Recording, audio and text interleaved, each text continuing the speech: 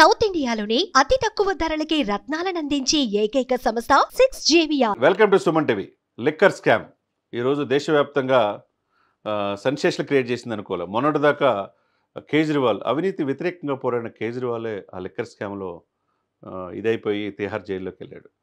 తర్వాత ప్రముఖ ఫార్మా కంపెనీల అధినేతల కుమారులు కూడా జైలు జీవితం గడిపారు. ఒక ఆమ్ ఆద్మీ పార్టీ ఎంపీ కూడా జైలు జీవితం గడపాల్సి వచ్చింది.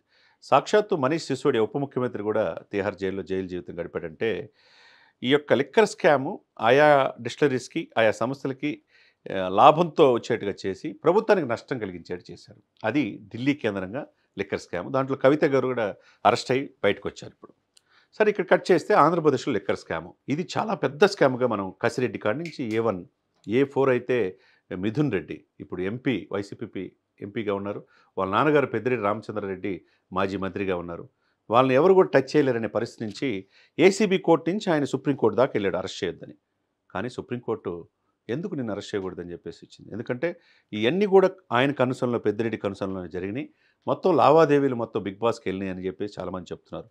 మరి ఆ బిగ్ బాస్ ఎవరో తెలియదు, లావాదేవీలు ఎలా జరిగినాయి, ఈ కసిరెడ్డి ఎవరు, ఈ అనుకూలంగా ఎట్లా లిక్కర్ స్కామ్ జరిగిందనేది ఆ నోట ఈ నోట వినబడుతున్నమాట. ఏదైనా కానీ ఈరోజు సిట్కి విజయవాడలో దర్యాప్తుకు హాజరవుతున్నాడు. నోటీసులు ఆల్రెడీ ఇచ్చారు, లుకౌట్ నోటీసులు ఇచ్చాడు. ఈయన ఎక్కడ దేశ సరిహద్దులు దాటి ఇతర దేశాలకు వెళ్లకుండా ఆల్రెడీ ఎయిర్పోర్ట్స్లో లుకౌట్ నోటీసులు కూడా ఆంధ్రప్రదేశ్ పోలీసులు ఇచ్చారు. ఏదైనా కానీ సిట్కి ఈరోజు విజయవాడలో హాజరవుతున్నాడు. మరి పెద్దిరెడ్డి రామచంద్రారెడ్డి కుమారుడు మిథున్ రెడ్డి పరిస్థితి ఏంటి? మరి ఇంకొక వికెట్ పడుతుందా? ఈరోజు సిట్ విచారణ అనంతరం అరెస్ట్ చేసి జైలుకి తరలిస్తారని చెప్తున్నారు.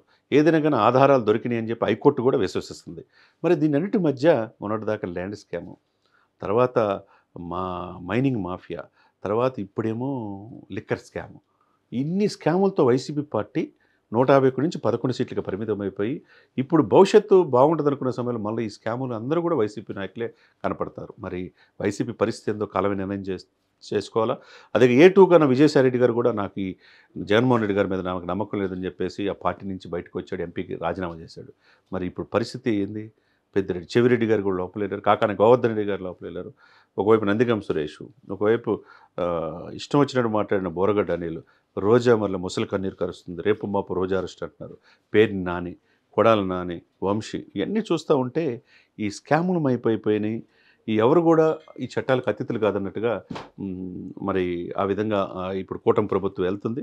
ఏదైనా ఆధారాలు దొరికితే చట్టం దృష్టిలో ఎవరైనా సమానం, rule is rule for all.